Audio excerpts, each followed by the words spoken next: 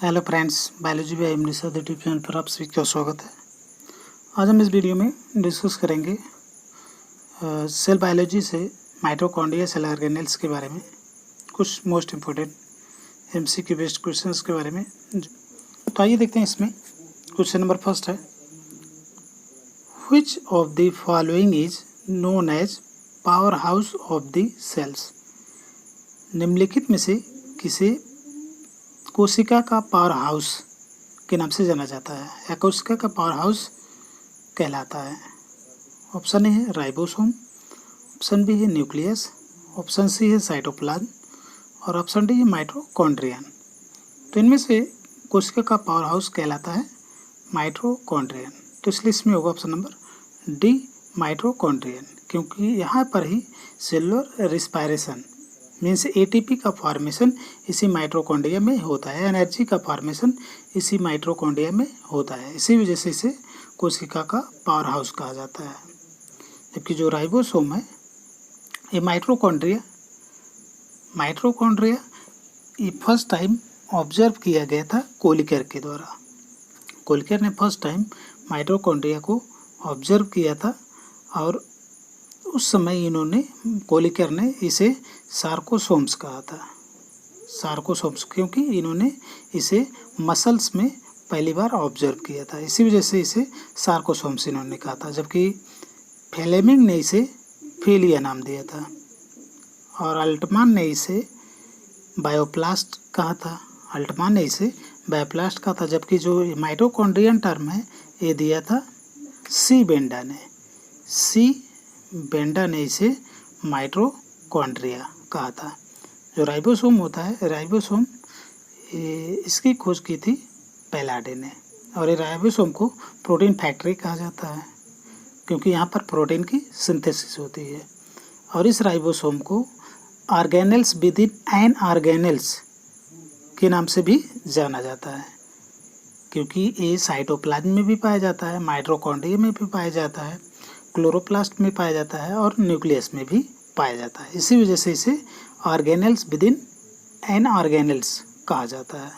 कोशिका के अंदर कोशिकांग, कोशिकांग के अंदर कोशिकांग, इसी वजह से इसे कोशिकांग के अंदर कोशिकांग कहा जाता है। जबकि न्यूक्लियस जो है, न्यूक्लियस को कैरियन नाम से जाना जाता है और यही हम कह सकते हैं कि जो पूरे सेल की जो कंट्रोल रूम होता है ये न्यूक्लियस होता है और इसकी न्यूक्लियस की स्टडी को कैरियोलॉजी कहा जाता है।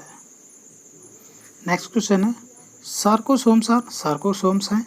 Option A myofibril, option B है muscles protein, option C muscles fibre, option D muscles mitochondria. तो सार्कोमियर्स जो होते हैं ये सार्कोसोम्स जो होते हैं। नेक्स्ट है सार्कोसोम्स आर, ऑप्शन ए है मायोफाइब्रिल्स।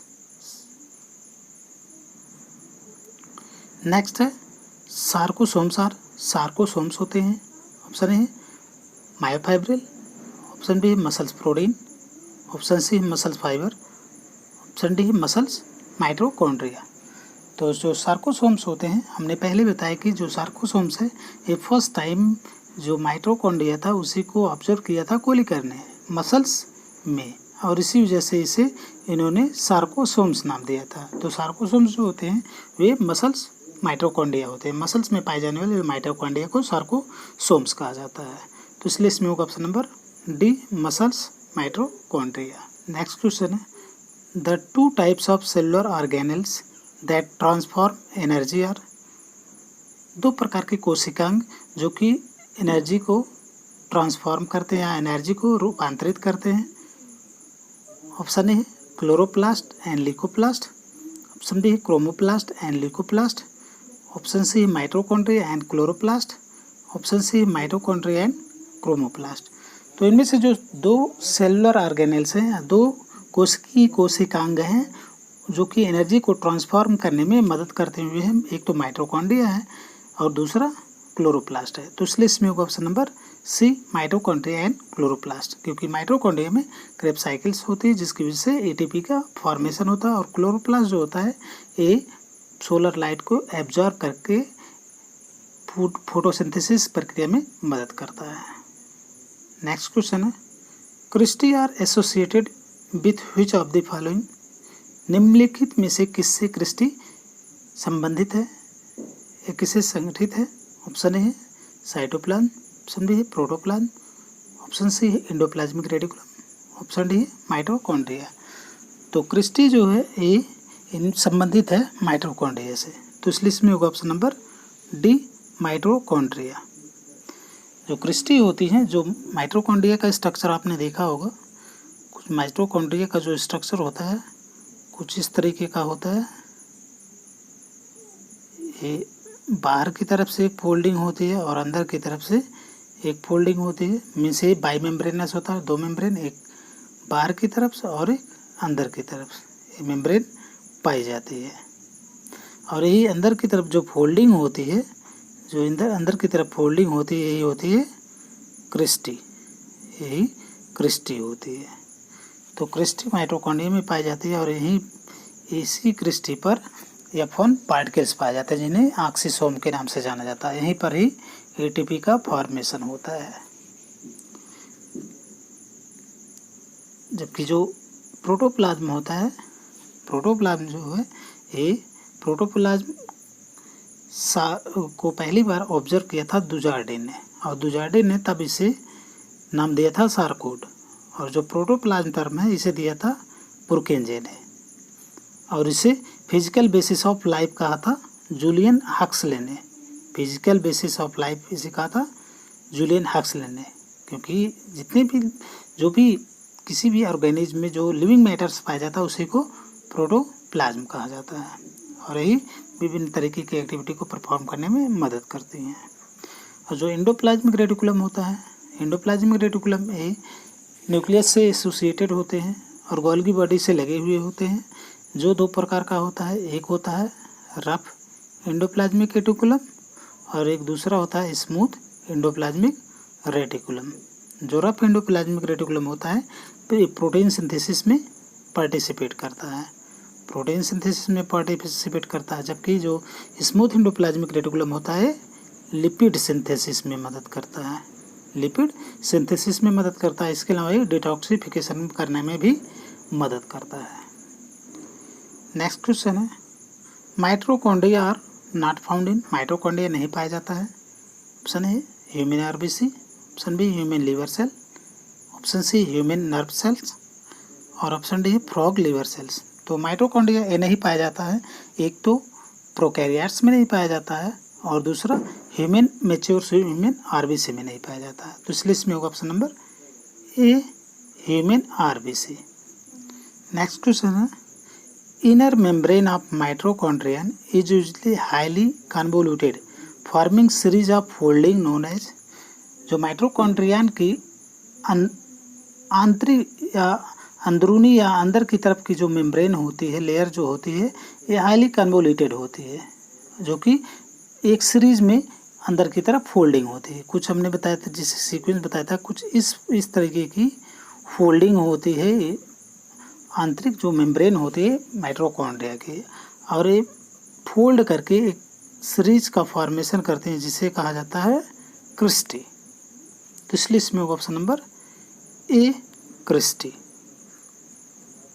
क्रिस्टी होती है, इसी पर हमने बताया कि F1 पार्टिकल्स पाए जाते हैं जो ऑक्सीडेशन करने में मदद करते हैं, यहीं पर ATP का फॉर्मेशन होता है। जबकि जो ग्रेना होता है, ग्रेना, थैलक्वाइड्स और लामेला ये क्लोरोप्लास्ट में पाए जाते हैं। नेक्स्ट क्वेश्चन है, the cristae of mitochondria contains, mitochondria की क्रिस्टी में पाए जाते हैं, क्रिस्टी रखता है, माइटोकॉन्ड्रिया की क्रिस्टी रखता है। Option A protein complex, option B lipid complex, option C carbohydrate complex, option D है ऑल ऑफ दीज।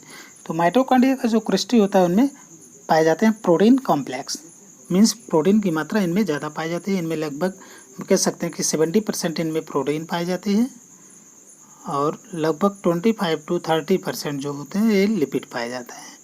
तो इसलिए इसमें हम कह सकते हैं कि इनमें प्रोटीन कॉम्प्लेक्स पाया जाता है। तो इसलिए इसमें होगा option number A protein complex. Next question है, in mitochondria cristae act as site for, mitochondria में एक क्रिस्टी एक्ट करती हैं किसकी साइट के लिए, किसके साइट के लिए? Option A protein synthesis, option B oxidation reduction reaction, option C है breakdown of micromolecules, option D है फास्फोराइलेशन ऑफ फ्लेवोप्रोटीन्स। तो माइटोकॉन्ड्रिया में जो क्रिस्टी होती हैं ये एक्ट करती हैं means oxidation and reduction reactions के लिए। यहीं पर ग्लाइकोलिसिस क्रेब्स साइकिल्स की प्रक्रिया होती है जिसकी वजह से एनर्जी का फॉर्मेशन होता है। तो इसलिए इसमें होगा option number B oxidation and reduction reaction. DNA could be found in DNA पाया जाता है। ऑप्शन ए है लाइसोसोम, ऑप्शन बी है mitochondria, option C peroxisome, option D है गोल्गी एपार्टस और ऑप्शन ए एंडोसोम्स। तो ये जो डीएनए है ये पाया जाता है माइटोकॉन्ड्रिया में।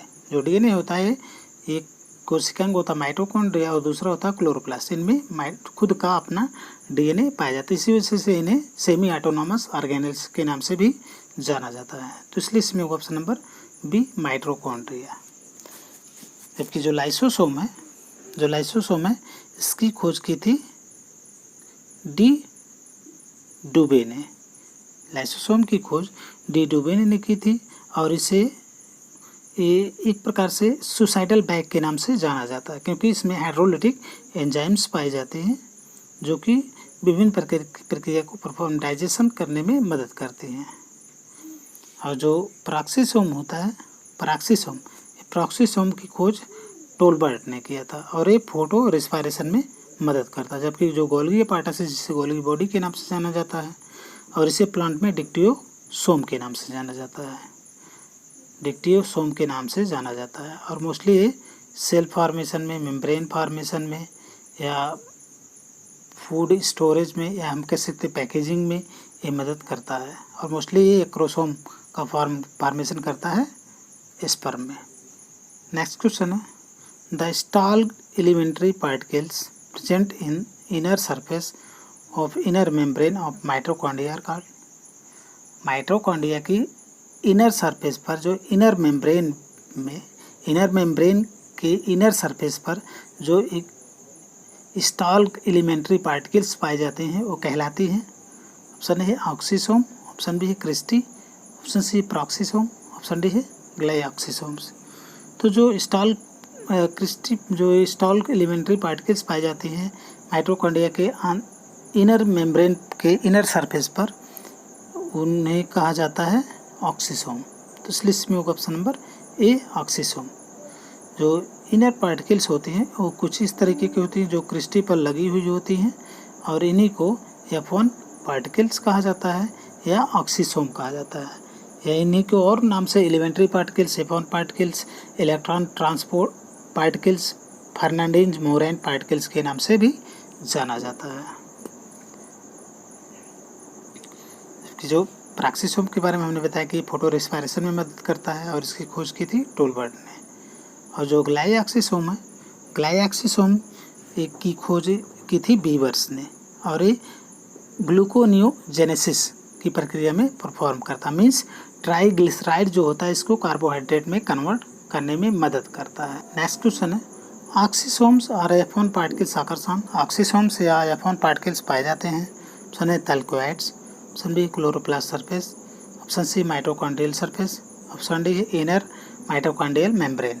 तो जो ऑक्सीसोम या F1 पार्टिकल्स होते हैं ये पाए जाते हैं इनर माइटोकॉन्ड्रियल मेम्ब्रेन पर। तो इसलिए इसमें होगा option number D inner mitochondrial membrane. Next question है the spherical head of oxysome is. Spherical head oxysomes का होता है। ऑप्शन है F0 सब यूनिट्स, ऑप्शन बी है F1 sub units, option C 70S, option D है डिक्टियोसोम, ऑप्शन ई है granum. तो जो स्फेरिकल हेड होता है ऑक्सीसोम का उसे F1 सब यूनिट्स के नाम से जाना जाता है। तो इसलिए इसमें होगा option number B F1 sub units. जैसा कि हमने बताया कि यही जो हेड लाइक स्ट्रक्चर होता है इसी को F1 सब यूनिट्स कहा जाता है और जहाँ पर से स्टॉल राइजेज होता है उसे F0 सब यूनिट कहा जाता है। नेक्स्ट क्वेश्चन है oxidative phosphorylation take place. Oxidative phosphorylation होता है।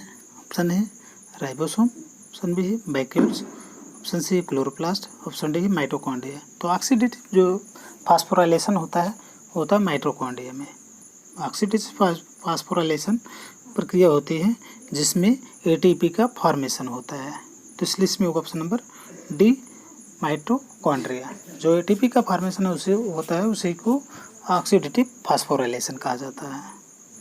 नेक्स्ट क्वेश्चन है Krebs cycles take place in Krebs cycles होती है ऑप्शन ए है ग्रेना, ऑप्शन बी है ribosome, option C cristae, option D mitochondrial matrix.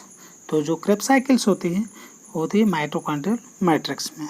तो इसलिए इसमें होगा option number D mitochondrial matrix, क्योंकि जो मैट्रिक्स साइड में जो इनर मेम्ब्रेन होती है उसी पर F1 जो पार्टिकल्स या ऑक्सीसोम्स पाए जाते हैं वहीं पर ही होती है क्रेब्स साइकिल। नेक्स्ट क्वेश्चन है beta oxidation of fatty acid occurs in.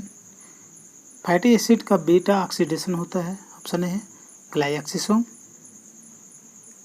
Option B है Golgi apparatus, option C microsomes, option D है माइटोकॉन्ड्रिया, ऑप्शन ए है पेरोक्सीसोम। तो फैटी एसिड का बीटा ऑक्सीडेशन होता है माइटोकॉन्ड्रिया में। तो इसलिए इसमें होगा ऑप्शन नंबर डी माइटोकॉन्ड्रिया। जबकि ग्लाइऑक्सीसोम के बारे में हमने पहले बताया, पेरोक्सीसोम्स और इसमें बताया गोल्गी बॉडी के बारे में। तो आइए देखते हैं इसमें माइक्रोसोम्स को स्पिरोसोम्स के नाम से जाना जाता है और ये लिपिड सिंथेसिस में मदद करता है। नेक्स्ट क्वेश्चन है mitochondria are the seat of mitochondria seat होती है ऑप्शन ए है इलेक्ट्रॉन ट्रांसपोर्ट, ऑप्शन बी है सेलुलर रेस्पिरेशन, ऑप्शन सी है ATP formation, option D all of these. तो माइटोकॉन्ड्रिया जो होती है साइट होती है सीट होती है इलेक्ट्रॉन ट्रांसपोर्ट करने में मदद करता है, सेलुलर रेस्पिरेशन करने में मदद करता है और एटीपी फॉर्मेशन भी यहाँ पर होता है। तो इसलिए इसमें होगा option number D all of these. तो माइटोकॉन्ड्रिया होती है यहाँ पर electron transport system, electron transport, cellular respiration और एटीपी का फॉर्मेशन होता है। तो इसलिए इसमें होगा option number D all of these. Next question है mitochondrion is a semi autonomous organelles because it contains. Mitochondria semi autonomous organelles कहलाता है। यस सेमी ऑटोनॉमस कोशिकांग कहलाता है क्योंकि ये रखता है ऑप्शन ए है प्रोटीन, ऑप्शन बी है DNA and RNA, option C है आरएनए राइबोसोम, ऑप्शन डी है डीएनए एमआरएनए एंड राइबोसोम्स। तो जो माइटोकॉन्ड्रिया होता है सेमी ऑटोनॉमस ऑर्गेनेल्स इसलिए कहा जाता है क्योंकि इसका खुद का डीएनए होता है, इनमें एमआरएनए पाया जाता है और राइबोसोम्स पाए जाते हैं। तो इसलिए इसमें होगा option number D DNA mRNA and ribosome. इन सब के पाए जाने की वजह से ये अपना खुद का मशीनरी सिस्टम रखता है जिसकी वजह से इसे सेमी ऑटोनॉमस ऑर्गेनेल्स कहा जाता है। तो इस तरीके से आज की वीडियो में बस इतना ही। मिलते हैं नेक्स्ट वीडियो में। वीडियो को अंत तक देखने के लिए आप सभी का बहुत बहुत धन्यवाद।